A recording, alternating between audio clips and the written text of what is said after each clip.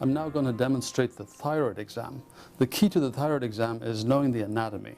So if you follow along with me and put your finger on the tip of your chin, on the mentalis muscle, and then slide your finger down the midline, the first hard structure you hit will be the thyroid cartilage, or the Adam's apple.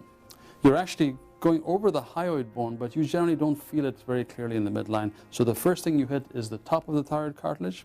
Slide your finger down the edge of the thyroid cartilage like the prow of a ship, and you will next hit the cricoid cartilage, and this is the cricothyroid membrane, and then below the cricoid cartilage will be the first two rings of the trachea. It's important to know this anatomy because the thyroid gland does not really lie anywhere near the thyroid cartilage despite the name. The exam is best done by getting behind the patient and once again using my anatomy, finding the thyroid cartilage, the cricoid cartilage, the first two rings of the trachea.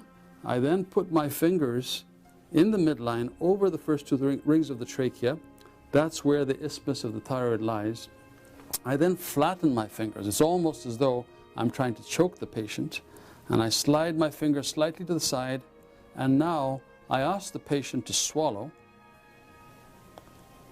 And I'm concentrating on whether one set of fingers went up disproportionately compared to the other. Once I've done that a couple of times, I can then push the thyroid gland over with one hand and palpate the lobes with the other hand, and then do the same thing this way. Don't forget while you're at it to do a complete lymph node exam and also to look at the hand to see if it's sweaty and if there is a fine tremor.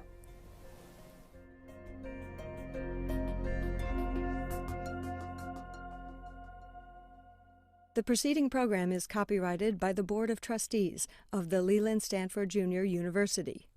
Please visit us at med.stanford.edu.